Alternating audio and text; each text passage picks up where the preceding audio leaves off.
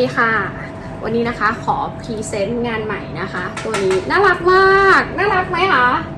ตัวนี้จะเป็นเตาปิ้งย่างนะคะอันนี้จะมี2ไซส์นะคะโดยปกติเซตของเขาอันนี้จะเป็นสเตนเลส304นะคะแล้วตัวปิ้งย่างข้างบนก็304นะคะหน้าตาของตัวนี้จะประกอบไปด้วยตะแกรงปิ้งนะคะซึ่งตาไม่ได้ห่างกันเยอะนะคะตาแค่นี้เองนะคะพอจะเห็นเนาะแล้วก็ตัวนี้ใส่ถ่านตัวนี้เป็นเหล็กนะคะแล้วก็ถ่านก็เคาะลงมาเวลาทิ้งนะคะแล้วก็ถอดอย่างนี้นะคะแล้วก็คว่ำนะคะคว่ำทิ้งนะคะแต่ตัวสเตนเลสตัวนี้นะคะต้องบอกว่าไม่ได้เบานะคะหนักเลยนะคะงานนี้จะเป็นไซส์30นะคะก็คือเป็นเตาถ้าอย่างกรณีลูกค้ามีเป็นโต๊ะนะคะคุณแอร์เห็นไหมว่าถ้าเจาะโต๊ะนะคะโต๊ะไม้เราเอาไปไว้ใส่ข้างล่างก็ถือว่าไม่ขี้เหร่เนาะอันนี้คืองานเตานะคะไซส์30นะคะ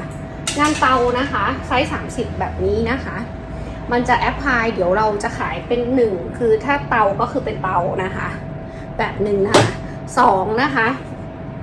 ถ้าไม่เตาเราก็จะใส่กระทะไปให้นะคะไซส์30อันนี้เป็นเซต1ของเซต30นะคะอาจจะไม่พอดีเป๊ะนะคะแต่จริงๆก็กดมันไปนะคะมันก็จะใช้ได้นะคะเห็นไหมคะปิ้งก็ได้นะคะแล้วก็เป็น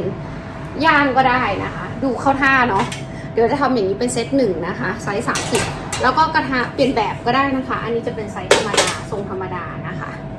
ก็ไซส์30เนี่ยค่ะจะมีเปลี่ยนกระทะนะคะแล้วก็เฉพาะจัสโซรี่เตาแล้วก็แบบว่าเตารวมกระทะนะคะ3แบบนะคะอันนี้1คลิปวิดีโอนะคะ